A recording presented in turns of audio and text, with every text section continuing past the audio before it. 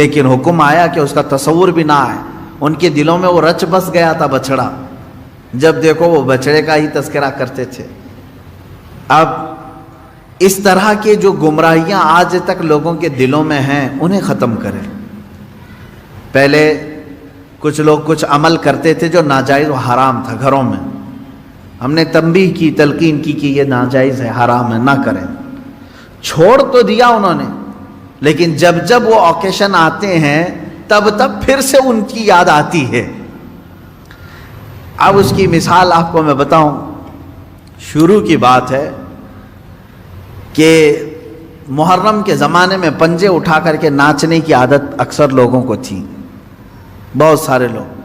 ایک طرح سے اس میں عبادت کا تصور نہیں تھا لوگوں کو، بس یہ کہ انٹرٹینمنٹ کرنا ہے، کیونکہ عبادت اس طرح سے روڈ اور گلیوں میں ناچ کر کے تو ہوتی نہیں.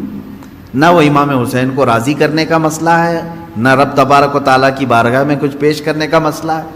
اگر اتنا ہی عبادت کا شوق ہوتا تو مسجدوں میں پنجے لے کر بیٹھ جاتے ہیں، قرآن پاک پڑھتے ہیں. سب کو معلوم ہے کہ سب سے افضل جگہ یہ ہے. وہ انٹرٹینمنٹ کرتے تھے. اب ہوا یہ کہ ہم نے کہا کہ یہ بے حرمتی ہو رہی ہے، مولا حسین کے نام پر بے حرمتی ہو رہی ہے. اصل بات پنجہ تو آج تک امام حسین کا ملا نہیں، پنجہ ملا نہیں. حضرت عباس علمبردار کے پنجے کٹے تھے یہ سنا ہے، روایات بھی، لیکن اس کی شبیہ، اس سے ملتی جلتی تصویر کچھ ملی نہیں. اب رہی بات تعزیہ کا مسئلہ. تعزیہ جو ہے اس کا مسئلہ مختلف بھی ہے، اتنا میں بتاؤں گا، کنفیوز نہیں ہونا. تعزیہ کو شرائط کے ساتھ اگر بٹھایا جائے تو جائز ہے، لیکن وہ شرائط پورے کرتے نہیں لوگ. اور ہم نے اگر اتنا ہی شوشہ کھول دیا تو بڑے بڑے دروازے لوگ کھول دیں گے. بات صرف اتنی تھی تعزیہ کی. امام حسین کا جو روضہ ہے اس روضے کی شکل کی کوئی چیز بنا کر کے آپ نے رکھ دیا، تو کسی بھی بزرگ کے روضے کی شکل بنا کر کے رکھنا مستحسن ہے، کوئی حرام کام نہیں ہے، ناجائز نہیں ہے.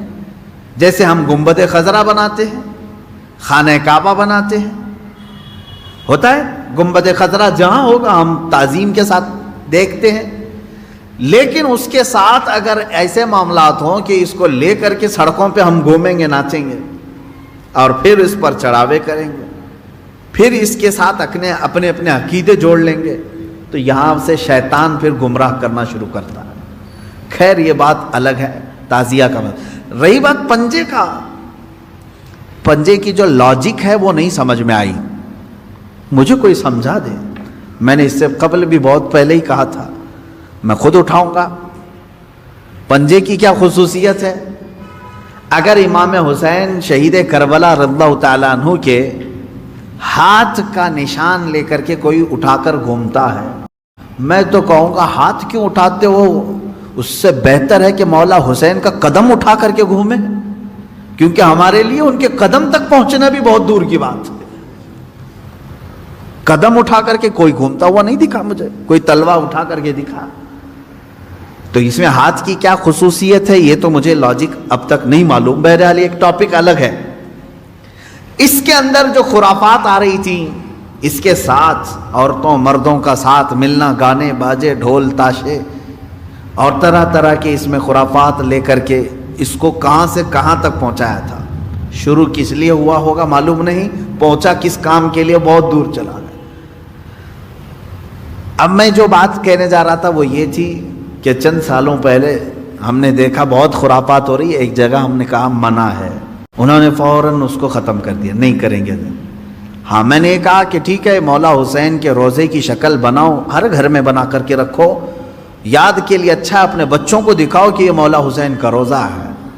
ہم جیسے گنبد خضرا رکھتے ہیں اپنے گھروں میں، خانہ کعبہ رکھتے ہیں، امام حسین کا روضہ رکھنے میں کون سی دقت کی بات ہے؟ میں اتنا زیادہ مخالف نہیں ہوں اس چیزوں کا. رکھو، آپ پیتل کا بناتے بناؤ، تانبے کا بناتے بناؤ، سونے کا بناتے ہو بناؤ، اس میں حرج نہیں. ہم جس چیز کی مخالفت کرتے ہیں وہ خرافات و حرام کاریاں جس کو باہر سڑکوں پر کیا جاتا ہے، میں اس کا مخالف ہوں. خیر بات آئی، بند ہو گئی. لیکن ہوتا کیا تھا معلوم ہے؟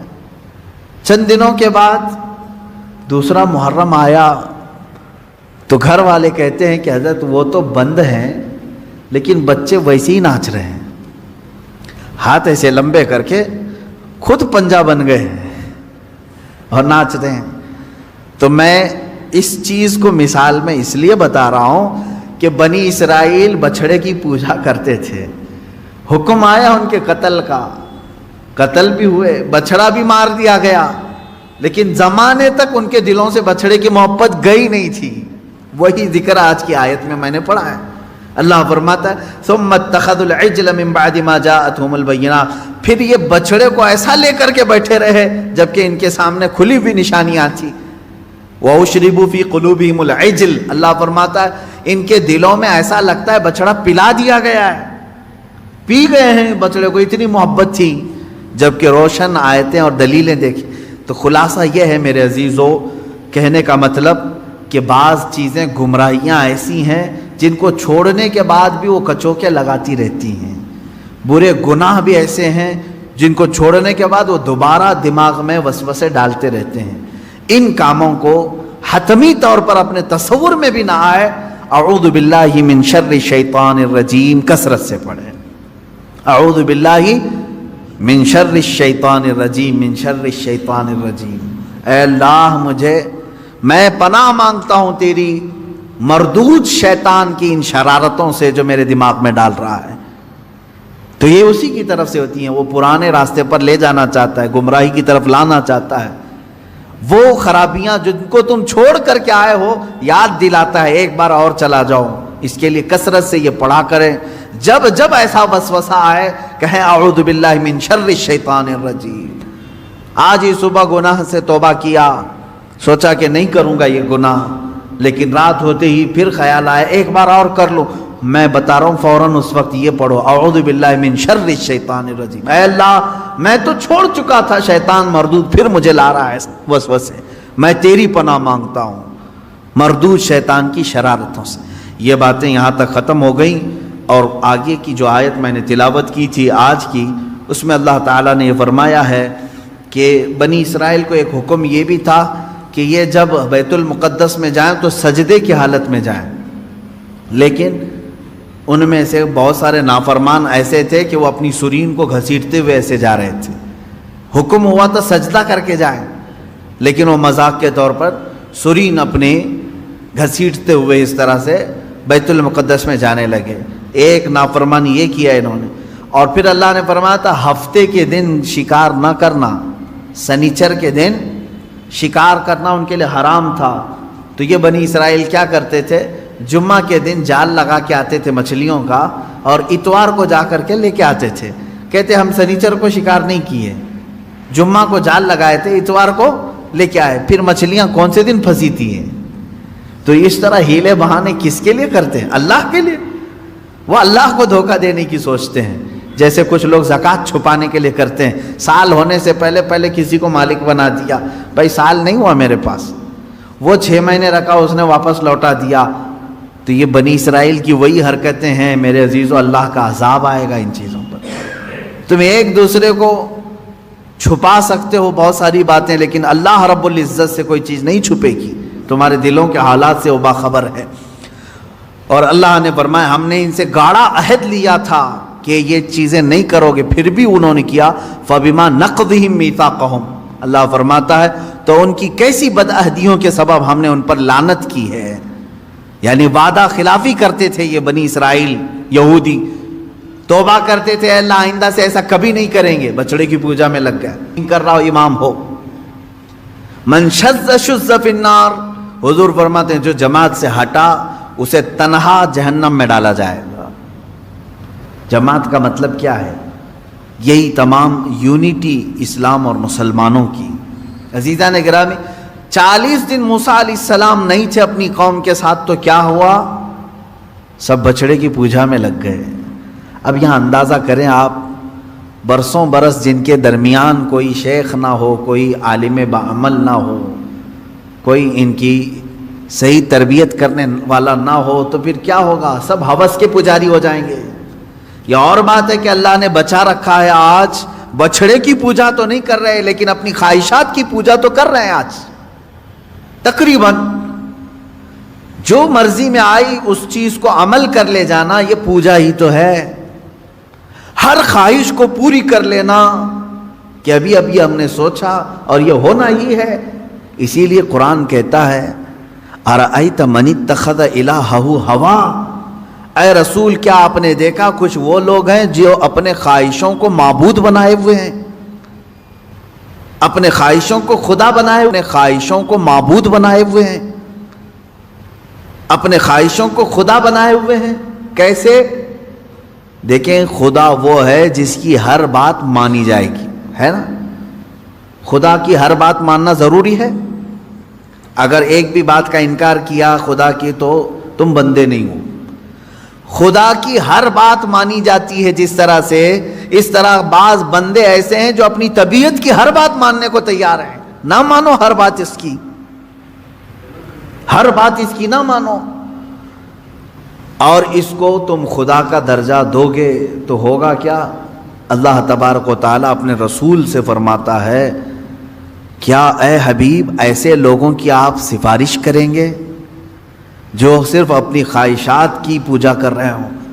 عزیزان گرامی وقار، جس طرح سے بنی اسرائیل بچھڑے کی پوجا میں لگ گئے، مجھے ایسا لگتا ہے اس دور میں بہت سارے لوگ اپنی خواہشات کی پوجا میں لگ گئے. انہیں کسی چیز کی خواہش تھی جس کی وجہ اس کو پورا کرنے کے لیے وہ ہر کام کرنا کے لیے تیار ہے. ایک کرسی چاہیے، ایک کرسی چاہیے، یہ تمہاری خواہش ہے. اب یہ کرسی کی خواہش تم سے ہر کام کرا لیتی ہے. یہ عبادت نہیں ہے تو اور کیا ہے؟ تم اپنی خواہشات کی بات. ایک وقت کا تمہیں گوشت چاہیے تھا کھانے کے لیے، پیسے نہیں تھے لیکن خواہش کو پوری کرنا ہے.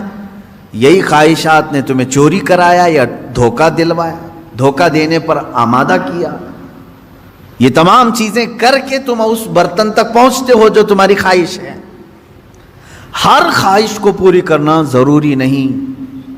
اب ایک بات اس واقعے سے ایک جو سب سے بڑا سبق ملا وہ یہ ہے کہ قوم کے درمیان ان کا رہبر اس کا ہونا ضروری ہے، اور قوم بغیر رہبر اور رہنما کے، بغیر عالم دین کے نہ رہے. وہ انبیاء تھے اور علماء نائب انبیاء ہیں. ہر جماعت میں، ہر قوم میں، ہر محلے میں ایک عالم کا ہونا ضروری ہے جو ان کی اصلاح کرے، ان کی تربیت کرتا رہے. اور ان کو برسوں برس چھوڑے رہو گے تو دلوں میں زنگ لگ جائے گا جو آج ہو رہا ہے. دوسری چیز اس واقعے سے یہ بھی پتہ چلتی، یہ ایک تو 40 دن کا گیپ جو اس قوم کو شرک میں لے آیا. دوسرا اس سے جو ملتا ہے کہ قوم ہمیشہ جو ہے چمتکار کو، جو دکھنے والی ہے اس کی طرف بڑھ جاتی ہے. ہمیشہ ہوتا ہے کیونکہ ہارون علیہ السلام تھے جماعت میں تو آپ نے ایسا کچھ دکھایا نہیں، یعنی بولتا ہوا بچڑا، بولتا ہوا کتا دکھایا نہیں، جبکہ وہ بھی نبی ہیں. اور سامری نے دکھا دیا تو قوم نے کس کی طرف رخ کیا؟ سامری کی طرف. اس سے پتہ یہ چلتا ہے اکثر لوگ جو ہے اس چیز کی طرف اٹریکٹ ہوتے ہیں جو چمک رہی ہے چیز. ایسا نہ کرو میرے عزیزو، یہ گمراہی ہے، گمراہی ہے. آج کے زمانے میں ہو سکتا ہے تمہیں کوئی ایسا کر کے دکھائے، ایسا کر کے دکھائے.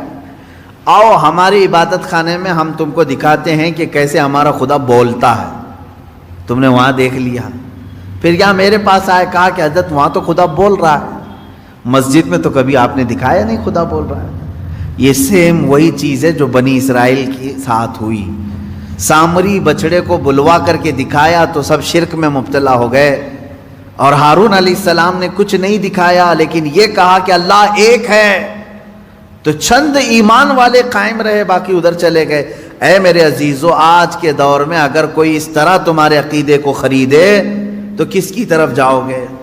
کس کی طرف جاؤ گے؟ فار ایگزامپل چند سال پہلے کی بات، شاید میں نے اس کو کہا ہے، دہرا رہا ہوں. ایک صاحب آئے، پیٹ کے درد کی شدت تھی، ان کو تکلیف تھی. کئی مرتبہ آئے تھے، پانی دم کر کے بھی لے گئے، تعویذ بھی لے کر کے گئے. چند دنوں کے بعد بگڑے ہوئے تیور تھے اس بندے کے، ملاقات ہوئی تھی تو پتہ چلا کہ پیٹ کا درد صحیح ہو گیا ہے۔ تو میں نے پوچھا کیا کیا حالات ہیں؟ کہا کہ بس میں سب چھوڑ دیا، ایک جگہ جا رہا ہوں فلاں جگہ۔ کیا ہے؟ کہا وہ ایک پوجا کرنی رہتی ہے گوبر کو رکھ کر کے۔ کہا کر رہا ہوں۔ یہ کہاں سے آئی تمہارے اندر چیز؟ اس نے کہا فلاں بابا تھے، انہوں نے ایک لکوڈ دیا پینے کے لیے، پیٹ درد صحیح ہو گیا۔ کہا کیا لکوڈ دیا تھا؟ کہا آپ برا مانیں گے حضرت۔ میں نے کہا کیا چیز دیا پینے کے لیے؟ کہا گائے کا پیشاب۔ کہا پی لیا تم نے؟ کہا پیا، پیٹ کی درد کی شدت تھی۔ اس کے بعد پھر وہ کہتا ہے کہ میں پوجا کرتا ہوں۔ یہ ہے عزیزان گرامی وقار، شیطان ابلیس لعین ہو سکتا ہے تھوڑی دیر تمہاری بیماریوں کو سن کر کے دکھائے، ہو سکتا ہے تھوڑی دیر تمہاری بیماریوں کے اوپر پردہ ڈال کر کے دکھائے تاکہ تمہارا عقیدہ خراب ہو جائے، تم یہ سوچنے لگ جاؤ کہ نہیں یہاں سے شفا ملتی ہے۔ ایمان والا وہ ہے جو ایوب علیہ السلام کے نقش قدم پر چلے ہیں کہ بدن میں پورے کے پورے چھالے پڑ جائیں، جسم کٹ جائے، تب بھی ایوب علیہ السلام